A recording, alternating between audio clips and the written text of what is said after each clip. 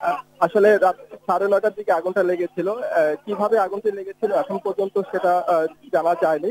তো আগুন লাগার প্রায় আধা ঘন্টা পরে আমাদেরকে আহ, আপনার ফায়ার সার্ভিসের কর্মকর্তারা জানিয়েছেন যে আগুন মোটামুটি নিয়ন্ত্রণে এসেছে। আর আগুন লাগার খবর শুনে বাংলাদেশ ব্যাংকের গভর্নর এবং অর্থমন্ত্রী এই ঘটনাস্থলে ছুটে এসেছেন এবং এখন পর্যন্ত ফায়ার সার্ভিসের লোকজন এখানে কাজ করছে। আহ, প্রায় 12টি ইউনিট এখনো আগুন নিয়ন্ত্রণে এবং ভিতরে তারা কাজ করছে। যেহেতু ভিতরের নিরাপত্তার বিষয়টি খুব বেশি মানে খুব মানে নিরাপত্তাটা মাথায় রেখে ভিতরে কাউকে প্রবেশ করতে দেওয়া হচ্ছে না। আর আশেপাশে প্রচুর উৎসুক জনতা এখানে ভিড় জমিয়েছে এবং নিরাপত্তার দায়িত্বে যারা আছে তারা নিরাপত্তার দায়িত্বটা পালন করছে না। রাহি, মানিক শিকদার, আপনাকে ধন্যবাদ। আপনি থাকুন সেখানে, বিস্তারিত খবর সংগ্রহ করুন। আমরা প্রয়োজনে আপনার সঙ্গে আবারও যোগাযোগ করব। এদিকে বাংলাদেশ ব্যাংকের রিজার্ভ চুরির ঘটনায় এবার উত্তর কোরিয়ার বিরুদ্ধে মামলা করার প্রস্তুতি নিচ্ছে যুক্তরাষ্ট্র। সাইবার চুরির পেছনে দেশটিকে সন্দেহ করছে মার্কিন গোয়েন্দা সংস্থা FBI। সংবাদ মাধ্যম ওয়াল স্ট্রিট জার্নালের প্রতিবেদনে এসব তথ্য জানানো হয়। এছাড়া উত্তর কোরিয়ার হ্যাকারদের সহযোগিতার দায়ে মামলার আসামি হতে পারেন চীনা মধ্যস্বত্বভোগীরাও। আরও জানাচ্ছেন মহিতুন রিয়া। বাংলাদেশ ব্যাংকের রিজার্ভ থেকে ৮ কোটি ১০ লাখ ডলার চুরির ঘটনায় একে একে বেরিয়ে আসছে রাঘব বোয়ালদের নাম। বিশ্বব্যাপী আলোড়ন তোলা এই সাইবার চুরির ঘটনায় দীর্ঘ হচ্ছে সন্দেহভাজনদের তালিকা। সাইবার চুরির এ ঘটনায় প্রথম থেকে ফিলিপাইনের নাম আসলেও পরে তদন্তে চীনের হ্যাকার ও ব্যবসায়ীদের জড়িত থাকার বিষয়টি সামনে আসে। এবার তদন্তে উঠে এসেছে উত্তর কোরিয়ার নাম। যুক্তরাষ্ট্রের জাতীয় নিরাপত্তা সংস্থা NSA এর শীর্ষ কর্মকর্তা এ দাবি করেন। মার্কিন গোয়েন্দা সংস্থা FBIও হ্যাকিং এর পেছনে উত্তর কোরিয়াকেই সন্দেহ করছে। এর আগে গত মে মাসে বাংলাদেশে নিযুক্ত করা সিলিকন ভ্যালির সাইবার নিরাপত্তা প্রতিষ্ঠান ফায়ারআইও একই দাবি করে। সংস্থাটি রিজার্ভ চুরিতে উত্তর কোরিয়া ও পাকিস্তানের হ্যাকার গ্রুপের সম্পৃক্ততার কথা জানায়। এবার উত্তর কোরিয়ার বিরুদ্ধে মামলা করার প্রস্তুতি নিচ্ছে যুক্তরাষ্ট্র। ওয়াল স্ট্রিট জার্নালের এক প্রতিবেদনে জানানো হয়, উত্তর কোরিয়ার হ্যাকারদের সহযোগিতার দায়ে চীনে মধ্যস্বত্বভোগীদেরও আসামি করা হতে পারে। পত্রিকাটি জানায়, মামলা হলে উত্তর কোরিয়ার শুধু নির্দিষ্ট কয়েকজন কর্মকর্তা নন, পুরো দেশটাই জড়িয়ে যাবে। মহিতুন রিয়া, 21 টেলিভিশন। সাউথ এশিয়া স্যাটেলাইটে যোগ দিল বাংলাদেশ। মহাকাশে পাঠানোর আগে স্যাটেলাইট ব্যবহারে অংশীদারিত্ব নিয়ে বাংলাদেশের সঙ্গে চুক্তি সই করেছে উৎক্ষেপণকারী দেশ ভারত। বিনা খরচে ওই স্যাটেলাইটের সুবিধা পাবে বাংলাদেশ। বিকেলে রাজধানীর BTRC ভবনে চুক্তি সইয়ের পর দুই দেশের প্রতিনিধিরা বলেন, এর ফলে উভয় দেশে তথ্য প্রযুক্তি খাতে বিপ্লব আসবে। আর টেলিভিশন সম্প্রচারের ক্ষেত্রে বছরে প্রায় $14 মিলিয়ন সাশ্রয় হবে বাংলাদেশের। রাসেল খানের রিপোর্ট। দক্ষিণ এশিয়ার মধ্যে মহাকাশে প্রথম স্যাটেলাইট পাঠায় ভারত। দীর্ঘদিন ধরেই আকাঙ্ক্ষা ছিল দক্ষিণ এশীয় অঞ্চলের পারস্পরিক সহযোগিতায় স্যাটেলাইট উৎক্ষেপণের। ভারত স্যাটেলাইট উৎক্ষেপণের উদ্যোগ গ্রহণ করলে সাড়া দেয় বাংলাদেশ। এরই ধারাবাহিকতায় রাজধানীর BTRC ভবনে দুই দেশের মধ্যে চুক্তি হয়। বাংলাদেশের পক্ষে BTRCর চেয়ারম্যান এবং ভারতের পক্ষে দেশটির হাইকমিশনার হর্ষবর্ধন শ্রীংলা চুক্তিতে সই করেন। প্রকল্পের সমস্ত ব্যয় বহন করবে ভারত। 12টি ট্রান্সপন্ডার বিশিষ্ট জিও স্টেশনারি এই স্যাটেলাইটের একটি ট্রান্সপন্ডার ব্যবহার করবে Bangladesh.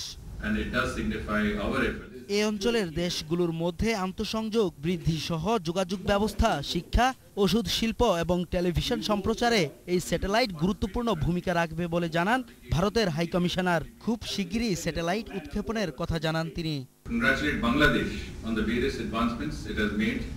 With regard to taking broadcasting and telecommunication services to rural areas across the country and the successes achieved so far with regard to the Bangabandhu satellite. পররাষ্ট্র প্রতিমন্ত্রী বলেন, এই চুক্তির ফলে দুই দেশের সম্পর্কে নতুন মাত্রা যোগ হলো। আজকের এই স্যাটেলাইট এগ্রিমেন্ট কিন্তু বিশ্বের অন্যান্য রিজিয়নের মানুষের কাছে একটা বিশেষ বার্তাও পৌঁছে দেবে যে আমরা পিছিয়ে নেই, পৃথিবীর অন্যান্য যে রিজিয়নগুলি আছে তাদের চেয়ে আমরা কোনো অংশেই পিছিয়ে নেই। এই স্যাটেলাইট চুক্তি বঙ্গবন্ধু স্যাটেলাইটের কার্যক্রমে বাধা দিতে পারবে না বলেও উল্লেখ করা হয় চুক্তিপত্রে। স্যাটেলাইটের মতো একটা hitech. Rasel Khan, 21 television, Dhaka. And it does signify our efforts. Rasel Khan, 21 television, Dhaka. Padma সেতুতে বিশ্বব্যাংকের ভুয়া দুর্নীতির অভিযোগের কথা উল্লেখ করে প্রধানমন্ত্রী শেখ হাসিনা বলেছেন, বাংলাদেশকে এখন আর অবহেলা করার সুযোগ নেই। আন্তর্জাতিক সংস্থাগুলো এর মধ্য দিয়ে সেই শিক্ষা পেয়েছে। রাজধানীর ওসমানী স্মৃতি মিলনায়তনে 2017 সালের স্বাধীনতা পদক প্রদান অনুষ্ঠানে একথা বলেন প্রধানমন্ত্রী। অনুষ্ঠানে 15 বিশিষ্ট ব্যক্তি ও বিমান বাহিনীকে স্বাধীনতা পদক তুলে দেন প্রধানমন্ত্রী শেখ হাসিনা। রাফেজ আদনান আদেলের রিপোর্ট। রাজধানীর ওসমানী স্মৃতি মিলনায়তনে 2017 সালের স্বাধীনতা পদক প্রদান অনুষ্ঠানে যোগ দেন প্রধানমন্ত্রী শেখ হাসিনা। মুক্তিযুদ্ধে অসামান্য অবদানের জন্য এবছর 15 জন বিশিষ্ট ব্যক্তি ও বিমান বাহিনীকে স্বাধীনতা পদক তুলে দেন প্রধানমন্ত্রী। এবার পদক পেয়েছেন অবসরপ্রাপ্ত গ্রুপ ক্যাপ্টেন শামসুল আলম বীর উত্তম, আশরাফুল আলম, শহীদ মোহাম্মদ নজমুল হক, মরহুম সৈয়দ মহসিন আলী, শহীদ NM নাজমুল আহসান, শহীদ ফয়জুর রহমান আহমেদ ও বাংলাদেশ বিমান বাহিনী। এছাড়াও চিকিৎসাবিদ্যায় অধ্যাপক AHM তৌহিদুল আনোয়ার চৌধুরী, সাহিত্যে রাবেয়া খাতুন ও মরহুম গোলাম সামদানি কোরায়েশি, সংস্কৃতিতে অধ্যাপক এনামুল হক ও ওস্তাদ বজলুর রহমান বাদল সম্মাননা পান। সমাজসেবায় খলিল কাজী উবি, গবেষণা ও প্রশিক্ষণে শামসুজ্জামান খান এবং প্রয়াত অধ্যাপক ললিতমোহন নাথ, জনপ্রশাসনে অধ্যাপক মোহাম্মদ আসাদুজ্জামানকে সম্মাননা তুলে দেন শেখ হাসিনা। সনদ প্রদান শেষে প্রধানমন্ত্রী বলেন, কারো মুখাপেক্ষী না হয়ে মাথা উঁচু করেই বাংলাদেশের উন্নয়নের পথ এগুচ্ছে, আর সেই লক্ষ্যে নিরন্তর কাজ করছে সরকার। আমরা স্বাধীনতা সুবর্ণ জয়ন্তী পালন করব মাথা উঁচু করে, সম্মানের সাথে, আত্মমর্যাদার সাথে।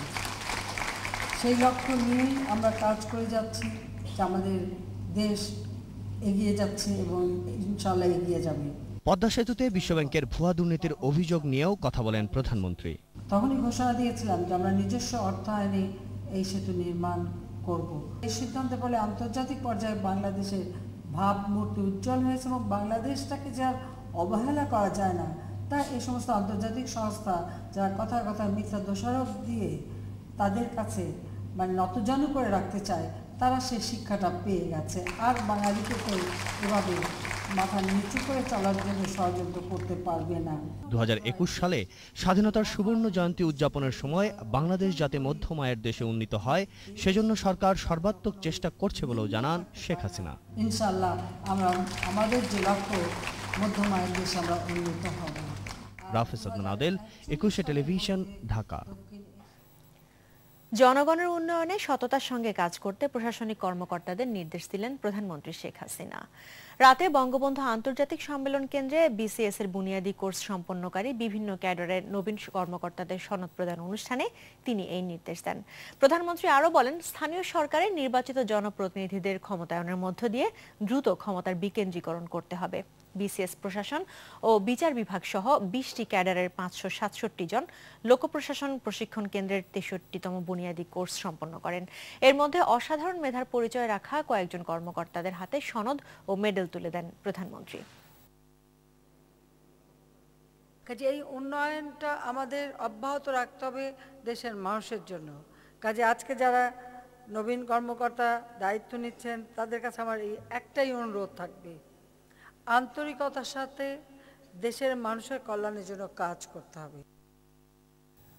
বিএনপি চেয়ারপারসন বেগম খালেদা জিয়ার নাইকো দুর্নীতি মামলার কার্যক্রম স্থগিত করে হাইকোর্টের দেয়া আদেশ বাতিল করে দিয়েছে আপিল বিভাগ। এর ফলে বিচারিক আদালতে মামলা চলতে বাধা নেই। একই সঙ্গে মামলাটি বাতিলে হাইকোর্টের রুলও খারিজ করে দিয়েছে আপিল বিভাগ। প্রধান বিচারপতি সুরেন্দ্র কুমার সিনহার নেতৃত্বে 3 সদস্যের আপিল বেঞ্চ এই আদেশ দেন। প্রণব চক্রবর্তীর report. BNP chairperson Begum Khaleda জিয়ার নামে করা নাইকো দুর্নীতি মামলা অভিযোগ গঠনের অপেক্ষায় রয়েছে বিশেষ জজ আদালতে। এ অবস্থায় মামলার উপর 8 সপ্তাহের স্থগিতাদেশ দিয়ে কেন মামলাটি বাতিল করা হবে না সে বিষয়ে রুল জারি করে হাইকোর্ট।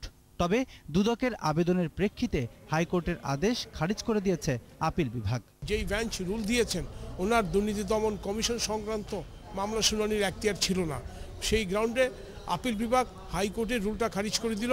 এর ফলশ্রুতিতে হলো নাইকো দুর্নীতি সংক্রান্ত মামলাটি আপিল বিচারিক আদালতে চলতে খালেদা জিয়ার পক্ষে আর কোনো আইনগত বাধা নেই। এই মামলা প্রতিহিংসামূলক দাবি করে আইনি লড়াই চালিয়ে যাওয়ার কথা জানান খালেদা জিয়ার আইনজীবী। যেই বেঞ্চের জুরিসডিকশন আছে, তার একটা বেঞ্চে গিয়ে আমরা নতুন করে আবার আমাদেরকে রুল চাইতে হবে। রাজনৈতিক উদ্দেশ্য প্রণোদিত সব মামলা এগুলো করে বিরোধী দলের উপরে যত অত্যাচার নির্যাতন করা যায়, যতই তাদেরকে এই মামলা মোকদ্দমা নিয়ে ব্যস্ত রাখা যায়, সরকার মনে করছেন ততই তাদের জন্য ভালো। 3টি গ্যাস ক্ষেত্র পরিত্যক্ত দেখিয়ে কানাডিয়ান কোম্পানি নাইকোর হাতে তুলে দেওয়ার মাধ্যমে রাষ্ট্রের 13,777 কোটি টাকা ক্ষতি করার অভিযোগে 2007 সালে তত্ত্বাবধায়ক সরকারের সময়ে ওই মামলা করে দুর্নীতি দমন কমিশন। মামলায় বেগম খালেদা জিয়া সহ 11 জনকে আসামি করা হয়। প্রণব চক্রবর্তী, 21 টেলিভিশন, ঢাকা। ভারতের সঙ্গে দেশের স্বাধীনতা সার্বভৌমত্ব বিরোধী চুক্তি হলে জনগণ মেনে নেবে না বলে আবারও মন্তব্য করেছেন বিএনপির মহাসচিব মির্জা ফখরুল ইসলাম আলমগীর। এদিকে বিএনপির সিনিয়র যুগ্ম মহাসচিব রুহুল কবির রিজভী বলেছেন, কুমিল্লা সিটি নির্বাচন বর্তমান নির্বাচন কমিশনের জন্য অগ্নি পরীক্ষা। এই নির্বাচন অবাধ ও সুষ্ঠু করে প্রমাণ করতে হবে তারা নিরপেক্ষ। তাপসী রাবেয়ার সহায়তায় বিস্তারিত জানাচ্ছেন মানিক শিকদার। দুপুরে নয়াপল্টনে ভাসানী মিলনায়তনে ঢাকা মহানগর বিএনপির যৌথ সভায় মির্জা ফখরুল বলেন, প্রধানমন্ত্রীর ভারতে যাওয়ার প্রয়োজন আছে, তবে ভারতের সঙ্গে বাংলাদেশের যেসব সমস্যা আছে সেগুলো সমাধান করতে হবে। বাংলাদেশের মানুষের স্বার্থের বিরোধী, বাংলাদেশের স্বাধীনতার সার্বভৌমত্বের বিরুদ্ধে কোনো চুক্তি এই দেশের মানুষ মেনে নেবে না। এদিকে ডিপ্লোমা ইঞ্জিনিয়ার ইনস্টিটিউটে এক অনুষ্ঠানে রুহুল কবির রিজভী বলেন, তিস্তা চুক্তি হচ্ছে না, অথচ সরকার গণবিরোধী চুক্তি করছে। আপনি ভারতের সাথে চুক্তি করবেন আর বাংলাদেশে জঙ্গিবাদের হামলা হচ্ছে বলে যদি ভারতীয় সৈন্য এখানে এসে আক্রমণ চালায়, আমাদের বিভিন্ন স্থাপনায় আক্রমণ চালায়, তাহলে কি দেশের স্বাধীনতা আছে, দেশের সার্বভৌমত্ব আছে? এ সময় রিজভী নির্বাচন কমিশনকে আসন্ন কুমিল্লা সিটি নির্বাচন অবাধ ও সুষ্ঠু করার আহ্বান জানান। রাত্রি 3টার মধ্যে যেন ব্যালট পেপারে সিল মেরে ব্যালট বাক্স ভরা না হয়, এই গ্যারান্টি আপনাদেরকে দিতে হবে। মানিক শিকদার, 21 টেলিভিশন, ঢাকা। এবার লন্ডন হামলা প্রসঙ্গ। লন্ডনে ব্রিটিশ পার্লামেন্টের বাইরে হামলায় 4 জন নিহতের ঘটনার দায় স্বীকার করেছে জঙ্গি গোষ্ঠী আইএস।